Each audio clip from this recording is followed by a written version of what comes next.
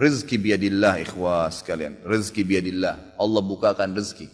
Saya cuman karena tidak enak kalau saya mau menceritakan keadaan saya pribadi ya.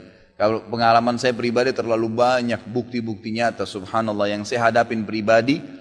Pada saat lagi terdesak dari sisi ekonomi, godaan luar biasa. Ada pinjaman yang berbunga, ada yang begini, ada yang begitu. Tetap saya tolak, saya komitmen.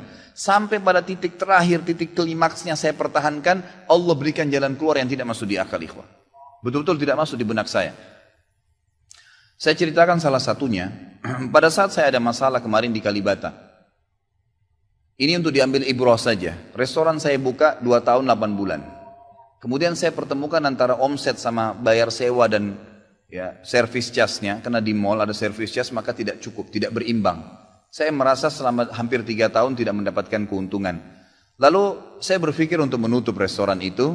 Dan pada saat itu subhanallah saya berpikir restoran ini sudah saya tutup aja deh. Saya jual aja. Mungkin dengan kesibukan dakwah, beberapa ikhwah juga yang saya amanahkan di situ sudah ada yang satu yang sudah niat mau kuliah, udah nggak bisa lagi lanjut. Saya bilang oke lah baik. Saya 3 bulan vakum. Nggak bisa bergerak sama sekali.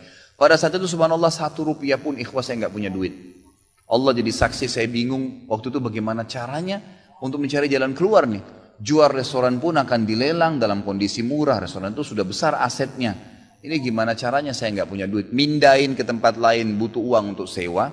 Gitu kan. Membuka lagi butuh uang yang baru untuk membayar sewa yang tertunggak.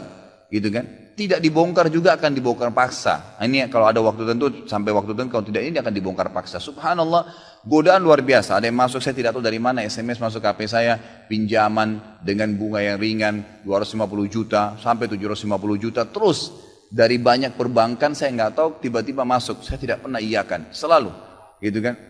Saya cuma berusaha ikhtiar berdoa sama Allah, tawarin kepada orang kalau ada yang mau punya saham sama saya. Subhanallah, pas titik klimaks 3 bulan kemarin 3 bulan tutup ya sementara dan saya sudah berpikir mau jual pun sempat saya tawarkan belum ada yang beli. Saya tiap hari saja berdoa. Di masjid ini saya kedatangan seseorang.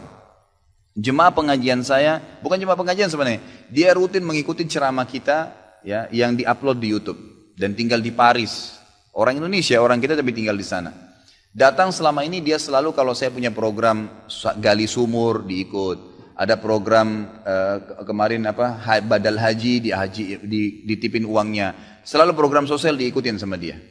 Subhanallah pada saat lagi dia bilang sama saya SMS, Ustadz saya mau ke Jakarta, saya ingin hadir pengajian Ustadz langsung. Saya bilang baiklah kalau gitu silahkan fadhal. Selesai pengajian kita waktu itu selesai jam 9 malam kurang lebih seperti jam-jam seperti ini. Lalu kemudian dia datang sebelah saya